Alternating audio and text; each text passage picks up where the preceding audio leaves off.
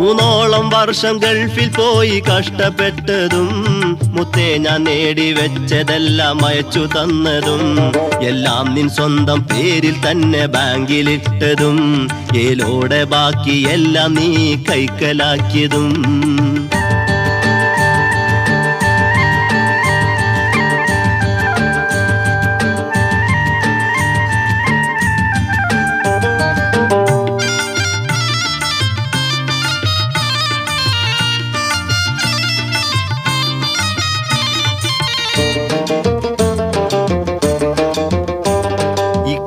ഗൾഫിലേക്ക് പലരും എന്നെ അറിയിച്ച്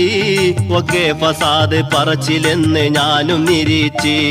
മക്കാരിക്കാന്റെ മൂത്ത മോനും നീയും അടുത്ത് മസ്കത്തിൽ അറിഞ്ഞിട്ടും കാര്യമാക്കിയില്ലെന്ന് നാട്ടിലേക്ക് വന്ന നേരം നേര് തന്നെ